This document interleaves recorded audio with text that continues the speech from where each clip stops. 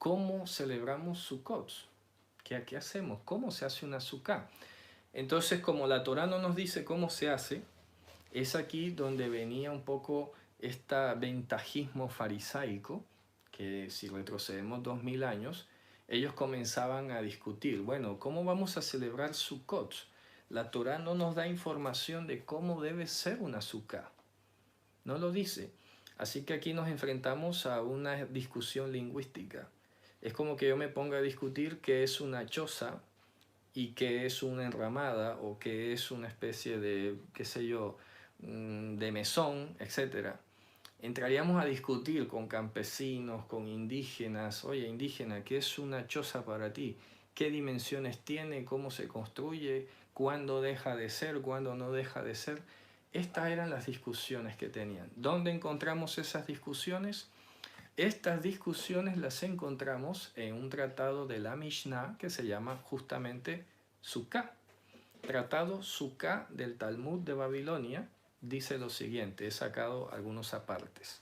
En el capítulo 1 se dice que una Sukkah se podía hacer de que tuviese simplemente 3 lados. Toda Sukkah que tenga 3 lados construidos, es decir, que la podías hacer al lado de una pared. Si tú tienes una pared de tu casa en un ladito, pues haces 3 lados y ya eso cuenta como Sukkah. No tienes que hacerla completa. Puede ser que tienes un garaje, un árbol allí, una cerca de tu casa, bueno, ahí la puedes recostar. Construyes 1, 2, 3, 3 lados, que no tenía que ser más de 20 codos de altura porque claro, si la tenías que hacer muy alta, eso implica que ya no es tan movible como pudiera ser, se sale de la proporción. Ellos calcularon en ese momento que más de 20 codos ya era una exageración, pero que tampoco podía ser más pequeña de 10 palmos, ¿de acuerdo? 10 palmos, cada quien medía 10 palmos, bueno, ese es el mínimo que debe tener una azúcar, menos de eso no podía tener. Que decía que no podía estar tapada por las ramas de un árbol, tenía que estar un poquito afuera o cortar las ramas para que se viera un poco el cielo.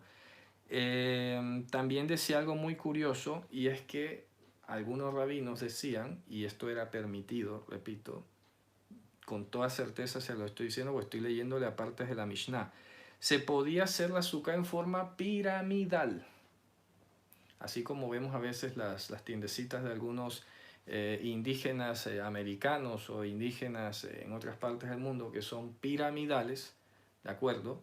Piramidales, sí, que no son cuadradas. Nos tenemos que poner en este sentido muy flexibles. Tenemos que simplemente aceptar que es una tienda, es una sukkah, es una especie de resguardo temporal.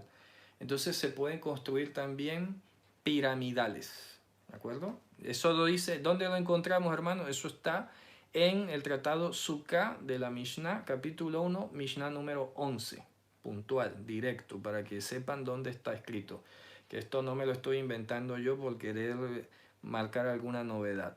Dice que se puede apoyar a un muro, ¿de acuerdo? Y, repito, se puede hacer de esta figura. No tiene que ser cuadrada y no tiene que ser de materiales refinados.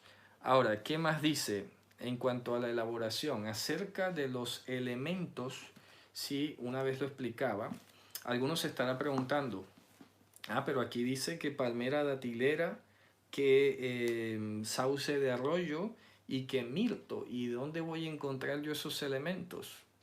Pues contrario a lo que algunos promueven, que es el comercio, entonces te empiezan a vender productos de Israel y compra el lulav y te vas a preguntar cuánto vale el lulav, $70, $50, cosas por el estilo, ¿no? Que mira que te vendo un etrog que es carísimo, que vale no sé cuántos dólares y todo se empieza a mover en torno al dinero.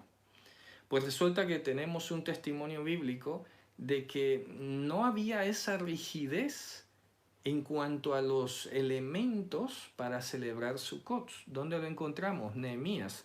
Vamos al libro de Nehemías. Ellos acaban de venir de la cautividad, están leyendo la Torah y se dan cuenta que tienen que celebrar Sukkot. Y en el capítulo 8 de Nehemías leemos lo siguiente. Vamos a leer en el versículo, vamos a leer desde el 13, ¿no? Dice: En el año segundo, perdón, en el día segundo que estaban reunidos los cabezas de las patriarcas de todo el pueblo, los sacerdotes y los levitas, con Esdra el escriba, para hacer entender las palabras de la Torá, encontraron escrito en la Torá que había ordenado Hashem por mano de Moshe que habitasen los hijos de Israel en Sukkot, en la fiesta, en el mes séptimo, y que hicieron entonces oír y pasar voz en todas sus ciudades y en Jerusalén diciendo, salgan al monte, a la montaña, y traigan ¿qué cosa? Hojas de olivo. Fíjate, ellos no están con esta rigurosidad ritual de que tiene que ser entonces mirto, que tiene que ser hojas de lulab, del otro y del otro. Mira que ni lo mencionan, dice que traigan hojas de zayit, de olivo, hojas de árbol de aceite, específicamente, ¿no? De árbol de aceite, fíjate que en este caso el olivo, y hojas de mirto y hojas de palmera, de datilera, y hojas de árbol de avot para hacer sukkot como estaba escrito. Fíjate que en el olivo no se menciona en Levítico, pero ellos lo están agregando aquí, ¿de acuerdo? Ahora, dice, y salieron los del pueblo y trajeron, hicieron para sí sukkot, cada uno sobre su techo.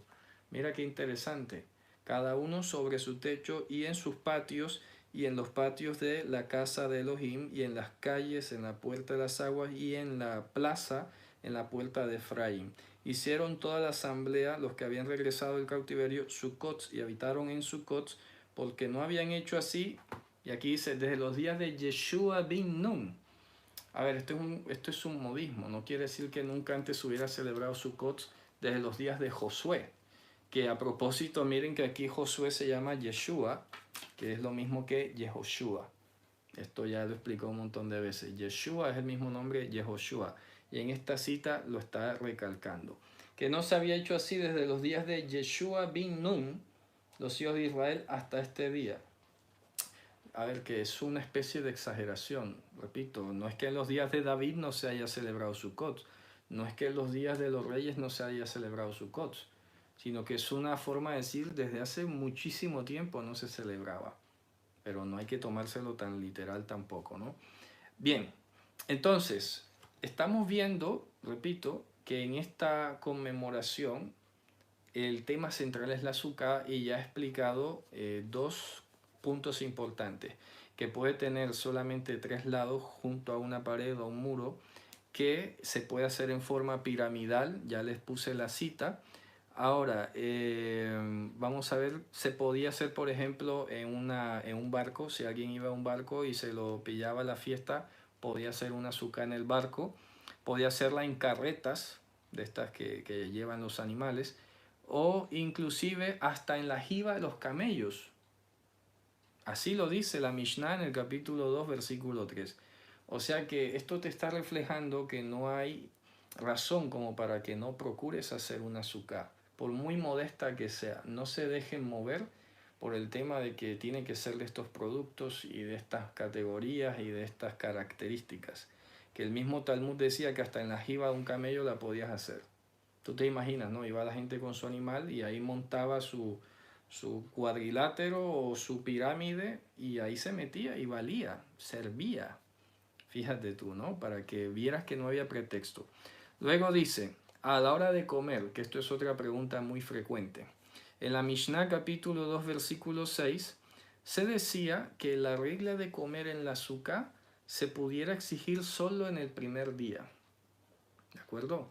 Ya queda dependiendo de tu costumbre, de lo que puedas hacer, que comas el resto de los días allí en la Sukkah, dependiendo de muchas circunstancias, ¿no? Pero lo que se consideraba como obligación primaria y que no se podía evitar era el primer día.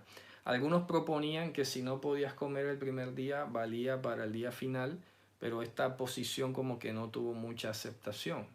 Repito, habían opiniones encontradas. Yo quiero que seamos conscientes que esto no venía así ya fabricado desde Moisés. Estos eran costumbres y prácticas que se iban desarrollando y a veces chocaban en opinión. Unos opinaban de una manera, otros de otra, y a veces quedaba el asunto en empate. Luego dice algo muy llamativo. Presten muchísima atención que este punto es muy importante. El capítulo 2 del tratado Sukkah del Talmud de Babilonia, en la Mishnah número 8, 2.8, dice: las mujeres, siervos y menores que dependan de sus madres están exentos del mandamiento de la Sukkah. ¿De acuerdo? Están exentos. O sea que estas tres tipos de personas no tienen la obligación que corresponde a los varones cabezas de familia. Ahora, esto no impide que la mujer pueda celebrarlo, ¿no? Que quiera, que se haga partícipe, que se motive, pero lo digo para que tengamos esa tranquilidad. Puede ser que haya mujeres solas, que estén solas en su casa, o mujeres de edad que todavía no se han casado, etcétera. En fin, muchas circunstancias. Estoy hablando de mujeres solitarias o en general no están sujetas a esta mitzvah. Esto lo dice la Mishnah capítulo 2, número 8. Ni las mujeres, ni los siervos, ni los menores. Ya con esto claro, pues ya que simplemente la mujer quiera participar y se anime y quiere estar ahí, tampoco es que la vas a echar del azúcar, tampoco es que le vas a decir, mira, que esto no es para ti, que tú no eres hombre, que no tiene que sonar así, cuidado, no debe sonar de esta manera. Siempre que hay una restricción con respecto a la mujer, tiene que ver con una consideración para ella en lugar de una visión machista, ¿de acuerdo? Esto no se hace por machismo, se hace en consideración. Ahora, si a una mujer le ofende que se le tenga consideración como vaso más frágil, tal como dice la escritura, y cree que ella tiene la misma capacidad de un varón y quiere celebrar y hacer su sukkah, bueno, eso es su problema. Yo no soy quien para prohibírselo, ni se lo prohibieron los antiguos, ¿de acuerdo? Pero la regulación está, las mujeres no están sujetas a Sukkot. Hermano, ¿lo puedo hacer? Yo soy mujer. Sí, si usted quiere, pues yo no se lo voy a impedir. Pero, repito, no está obligada ni a dormir, ni a comer allí, ni a fabricarla, ¿de acuerdo? Y esto lo enfatizo porque así se registra en la Mishnah, que es el documento más antiguo con relación a las costumbres que habían en la época del Segundo Templo, aún así en la época de Mashiach y de los apóstoles. Así que esto espero que les quede claro, ¿no? Voy avanzando. Ahora, hermano, estamos en el otoño y eventualmente puede llover. Esto puede pasar, ¿no? La Mishnah tiene una respuesta para esto. Decía, la Mishnah capítulo 2, versículo 9 dice, si empieza a llover fuerte, se debe salir o se puede salir del azúcar. Cuando se llama lluvia fuerte, decían ellos de una manera un poco gráfica, es cuando te sirven la sopa y empieza a chisporrotear con las gotas de la lluvia. Entonces ya te vas a manchar la ropa o la mesa, ya no puedes estar ahí, puedes salir. En todo caso, curiosamente, se censuraba un poco el intento de ponerle plástico o un cobertor al azúcar. Preferiblemente que se mojara a taparla. Eso me llamó mucho la atención, ¿no?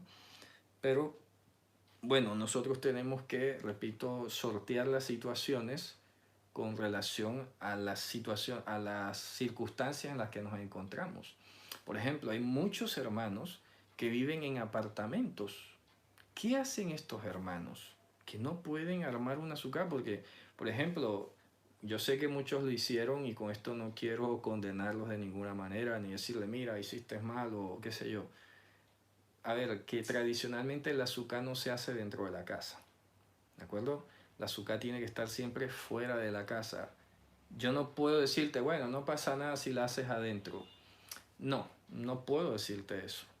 Yo diría, bueno, si no tienes un espacio aparte de tu apartamento en el edificio en el que vives, bueno, estarás exento o si de pronto te puedes juntar con otro hermano o disfrutas de la azúcar comunitaria que puedes hacer en tu congregación. Es aquí donde yo les digo a ustedes que tenemos que ser capaces de flexibilizarnos sin, repito, sin insinuar que el mandamiento está anulado. Jamás. Siempre lo diré, siempre que dependa de ti, tienes que hacer la mitzvah, tienes que participar de la mitzvah. Entonces, si estás en un apartamento, un edificio y no tienes un balcón, un espacio donde se pueda hacer un azúcar, tranquilo, no pasa nada. Dios no te va a castigar porque no hayas hecho el azúcar, ¿de acuerdo? Pero en tanto que dependa de ti procurarlo, mirar dónde, pues hazlo, claro está, ¿de acuerdo? Ya saben que estamos hablando de las diferentes modalidades. Se puede hacer una especie de tienda en forma piramidal, una cosa pequeñita, recogida, pero hay que hacer el intento, ¿no? Ya si este año no te alcanza, no puedes, no se pudo, descansa, no pasa nada. Pero quiero decir que por el hecho de no poder construir la sukkah no significa que no vas a observar Shabbat y que no vas a recordar lo que se hacía en este día, lo que dice la Torá, ¿de acuerdo? En este caso tendrás que hacer memoria de esta lectura, tienes que enseñarle a tus hijos, tienes que hacer todo esto. Así que les repito, sonará un poco fuerte, un poco difícil, y para mí lo es, pero yo les recomendaría que no hagan la sukkah dentro de la casa o dentro del apartamento, porque no es lo tradicional. O sea, ya deja de ser sukkah, ya viene a ser una cuestión un poco más pedagógica, y pues hasta ahí, ¿de acuerdo? Eso sería en estos casos un poco extremos. Por eso les digo que la modernidad se ha ido empeñando de dificultarnos las cosas, se ha ido empeñando, porque claro, la urbanidad, la ciudad te obliga a vivir en lugares, cuando vienes a ver, has comprado o te toca vivir allí, y claro, te ves impedido para celebrar la mitzvah como se hace. Ahora, repito, si alguien decidiera hacerlo, bueno, no es que yo lo esté diciendo, ¿no? Pero si alguien quisiera, bueno, yo lo voy a hacer en mi sala y no me importa, bueno, yo cumplo con decir lo que era antiguamente observado y lo que se hacía en la época, y que no puedo decir hazla dentro de la sala. Yo no lo puedo decir. Si alguien lo quiere hacer, eso ya es su resolución particular, pero yo tengo que tener esa responsabilidad. Me gustan las palabras del rabino Abruch, que decía, yo no soy la ley, pero la represento. Ahora, como la Torá no nos da muchos detalles acerca de esto, pero está claro que la sukkah era una habitación externa, y luego al consultar la literatura judía vemos que había la regulación de este tema, hombre, no tenemos otra cosa que acogernos a lo mínimo. Y eso es lo que estoy haciendo aquí, para que no desdibujemos sobremanera el concepto, ¿de acuerdo? Que tampoco es la idea. Está bien, y nosotros tenemos que movernos mucho en este equilibrio. Una cosa es la intención de querer celebrar la fiesta y otra cosa es desdibujar el significado, ¿de acuerdo? Es ahí donde yo sé que a veces podemos enfrentarnos a este dilema, pero no se puede desdibujar el concepto. Sukkah es Sukkah y tiene una regulación, ¿de acuerdo? Tiene que estar necesariamente por fuera de la casa. Sukkah dentro de la casa no se concibe. Repito, ya de aquí en adelante quien lo quiera hacer, eso ya es su resolución interna y yo no me voy a meter. Sigamos. En la